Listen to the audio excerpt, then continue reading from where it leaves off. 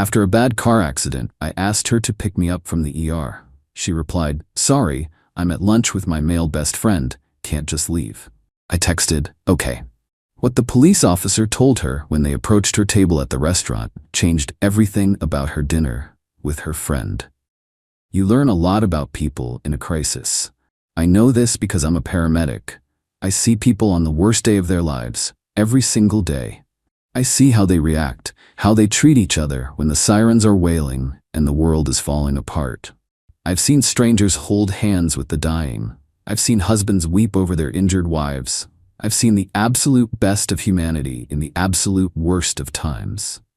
And then there was my girlfriend, Kate, and a car accident that showed me the absolute truth of her character. We had been together for 2 years. We lived in my apartment, a place I'd worked my tail off to afford. On the surface, things were good. She was fun, beautiful, and the life of every party. I was the quiet, stable one. I thought we were a good match. I provided the calm, and she provided the excitement. The only real point of friction was her male best friend, a guy named Julian. Julian was a trust fund kid who worked as a consultant, which seemed to mean he had lunch at expensive restaurants 4 times a week and offered unsolicited advice. Kate and Julian were inseparable. Their bond was, as she always described it, special. They had inside jokes I was never a part of, and their text conversations were constant and secretive. I'm not a jealous guy by nature. My job has taught me to be calm under pressure. But the closeness between them always felt off. It felt like I was the third wheel in their 2-person story. Still, I trusted her. I chose to believe her when she said they were just friends. That trust was violently and permanently shattered last Tuesday. I was on my way home from a long shift. It was raining hard. A kid in a souped-up Civic ran a red light and T-boned me right in the driver's side door. It was a brutal impact. The world was a chaotic mess of screeching metal, shattering glass, and the sickening crunch of my car folding in around me. The next thing I remember is my colleagues, my fellow paramedics, pulling me out of the wreckage. I was strapped to a backboard, my head was pounding, and my left arm was definitely broken. As they were loading me into the ambulance, a police officer I knew, a good cop named Dave, leaned in. "Hey man," he said, his face grim. "Your car is totaled. We're having it towed. We need an emergency contact to notify about the accident and the vehicle's location. Who do you want us to call?" "My girlfriend, Kate," I managed to say through the pain. I gave him her number. The ride to the ER was a blur. They cut my uniform off me, pumped me full of painkillers, and started running tests. X-rays confirmed it. A clean break in my left humerus and a moderate concussion. No internal bleeding, thank God. I was beaten up, bruised from head to toe, but I was going to be okay. After about an hour, a nurse came in. "We've tried calling your emergency contact, Kate, a few times," she said. "No answer. Is there someone else we can call?" My heart sank. No answer? I knew exactly where she was. It was Tuesday. Tuesday was her standing long lunch day with Julian. I pulled out my phone with my good hand. My screen was shattered, but it still worked. I sent her a text. "Hey, I've been in a bad car accident. I'm in the ER at St. Mary's. My arm is broken. Can you come pick me up? Car is totaled." I waited. A few minutes later, the 3 little dots appeared. Then, her reply. It was a message that would change the entire course of my life. "Kate, OMG, that's awful. So sorry to hear that. But I'm actually in the middle of a really important lunch with Julian right now. Can't just leave. Can you get a taxi or something? Let me know how it goes." I read the text once. Then I read it again.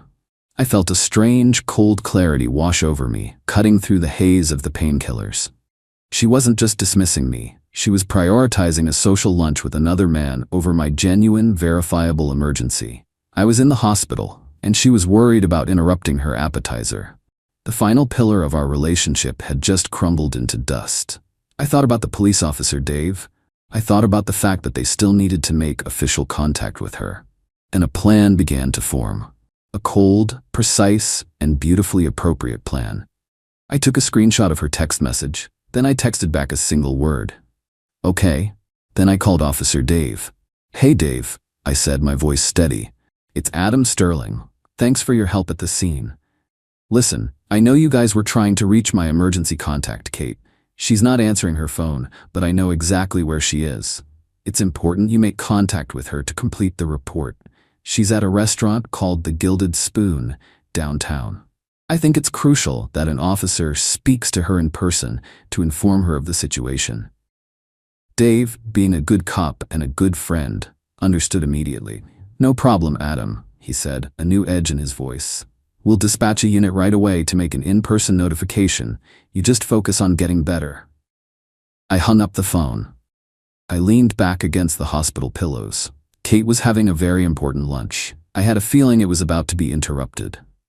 Update 1. The hour I spent waiting in that ER bed was one of the most clarifying of my life. The physical pain was still there, a dull, throbbing ache in my arm and my head, but the emotional pain had been replaced by a kind of icy resolve. The betrayal was so absolute, so profound, that it had short-circuited all my normal feelings of hurt and sadness. All that was left was a quiet, focused anger and a need for decisive action. My friend and colleague Mike, who had been on the ambulance that brought me in, came to check on me. He took one look at my face and knew something was wrong. And it wasn't just the broken arm. "What's up, man?" he asked. "You look like you're about to declare war." I showed him the text from Kate. He read it and his face hardened. "You're kidding me," he said, his voice low. "She chose lunch over this, with that Julian guy?" "She did," I confirmed. "So what are you gonna do?" he asked. "I already did it," I said. "I had the police dispatched to her restaurant to make an in-person notification." Mike stared at me for a second, and then he let out a low whistle. "Dude, that is savage and brilliant." The story of what happened at the Gilded Spoon came to me later from Officer Dave, who had heard it directly from the 2 patrol officers he had sent. It was even better than I had imagined. The Gilded Spoon is one of those places that's all about appearances. It's expensive, it's trendy, and it's always filled with people who want to be seen. Kate and Julian were apparently seated at a prime table near the window, laughing and sharing a bottle of overpriced rosé. 2 uniformed police officers walked into the restaurant. The place immediately went quiet. Cops don't just show up at a place like that for no reason. People started staring, whispering. The officers walked calmly and deliberately through the dining room, their eyes scanning the tables. They stopped directly at Kate and Julian's table. One of the officers, a tall, imposing guy with a serious face, looked directly at Kate. "Ma'am, are you Kate Miller?" he asked, his voice calm but loud enough for the surrounding tables to hear clearly. Kate looked up, her face a mask of confusion and annoyance. "Yes," she said. "Is there a problem, officer? We're here regarding a major vehicle collision involving your partner, Mr. Adam Sterling," the officer stated, his tone flat and official. He was transported by ambulance to St. Mary's Hospital from the scene of the accident with significant injuries. The color drained from Kate's face. Julian was staring, his wine glass frozen halfway to his lips. The officer continued, his voice unwavering. "His vehicle was totaled in the collision. We have been attempting to contact you for the last 2 hours as you are listed as his primary emergency contact. Mr. Sterling informed us we could find you here. He asked us to make official, in-person notification of the incident and to inform you that you will need to coordinate with the towing company regarding the removal of any personal effects from the vehicle." Every word was a hammer blow. Major vehicle collision. Transported by ambulance. Significant injuries. Vehicle totaled. Emergency contact. The officer wasn't accusing her of anything. He was just stating the cold, hard, official facts. But in doing so, he was painting a picture for everyone in that restaurant to see.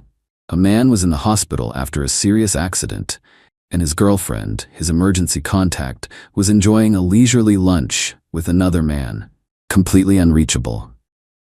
Julian, according to the story, looked at Kate with a new expression. The charming lunch companion was gone, replaced by a man looking at a stranger who had just revealed a core of shocking selfishness. The officer concluded his speech. "That is all, ma'am. You should probably head to the hospital." The 2 officers then turned and walked out of the restaurant as calmly as they had entered. They left behind a crater of silence, a table of half-eaten food, and the shattered reputation of a woman who had just been publicly exposed at her most callous. Her very important lunch was officially over. Update 2. The immediate aftermath was a predictable storm of chaos, which I observed from the calm, safe harbor of my hospital room. After being discharged from the ER with my arm in a sling and a handful of prescriptions, my sister came to pick me up. She had been my real emergency contact all along, and I had called her as soon as I was done with the police. The fury in her voice when I told her the story about Kate was enough to power a small city. She took me back to her place to recover. I had no intention of going back to my apartment until it had been purged of Kate's presence. Kate, of course, started blowing up my phone. A string of frantic texts and missed calls. "Adam, I'm on my way to the hospital. I'm so sorry, my phone was on silent." A classic, pathetic lie. "Where are you? They said you were discharged. Why aren't you answering me? I'm freaking out." "This is all your fault. You sent the cops to my lunch to humiliate me." The progression from feigned concern to furious accusation was swift and telling. I didn't reply to any of it. I just blocked her number. The real story of her afternoon came from Julian. He, it turns out, was not interested in being a supporting character in her drama. He sent me a message on social media that evening. It was surprisingly direct. "Hey Adam," it read. "I don't know you well, but I was with Kate at lunch today. I just want you to know that I had no idea about your accident." The second the police left, I paid my half of the bill and got out of there. The way she dismissed something so serious, that's not a person I want to be associated with. I'm sorry for whatever part I played in your relationship issues. I'm done with her. Hope you have a fast recovery. It was a self-serving message, of course, designed to absolve himself of any guilt. But it confirmed my victory. I hadn't just humiliated her. I had exposed her true character to the very person she was trying to impress. She had lost her boyfriend and her best friend in the same afternoon. With my sister's help, I put the rest of my plan into motion. While I rested, she acted as my general. She called a moving company that specialized in content removal for breakups. She met them at my apartment the next day. They packed every single thing Kate owned, every piece of clothing, every shoe, every book, into boxes. They were instructed to leave the boxes neatly stacked in the living room. Then, my sister called a locksmith. The locks were changed. Finally, she sent a formal email to Kate from a new email address. The subject line was "Retrieval of Personal Property."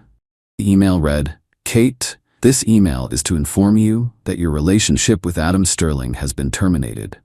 As you are not on the lease for his apartment, your residency has also been terminated. All of your personal belongings have been packed. You have a 48-hour window to arrange for their professional removal. You are to contact me, Adam's sister, at this email address to schedule a specific 2-hour time slot. You will be met at the property and allowed entry for the sole purpose of removing your belongings. You will not be permitted to remain in the apartment afterward.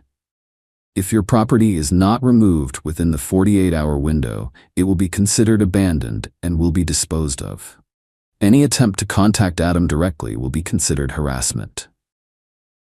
It was cold, it was legal, and it was final.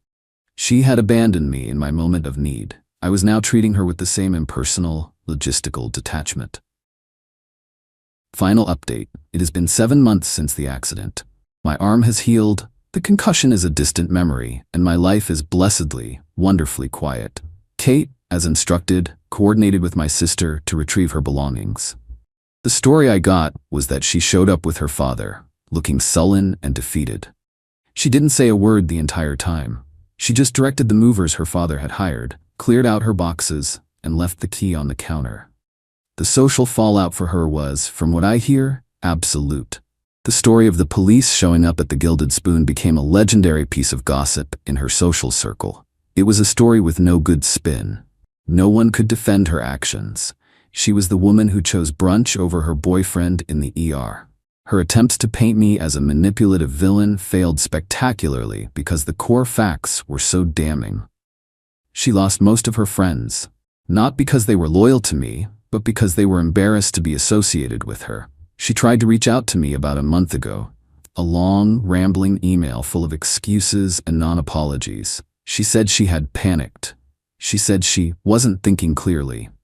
She said Julian had put a lot of pressure on her. It was a masterclass in blame shifting.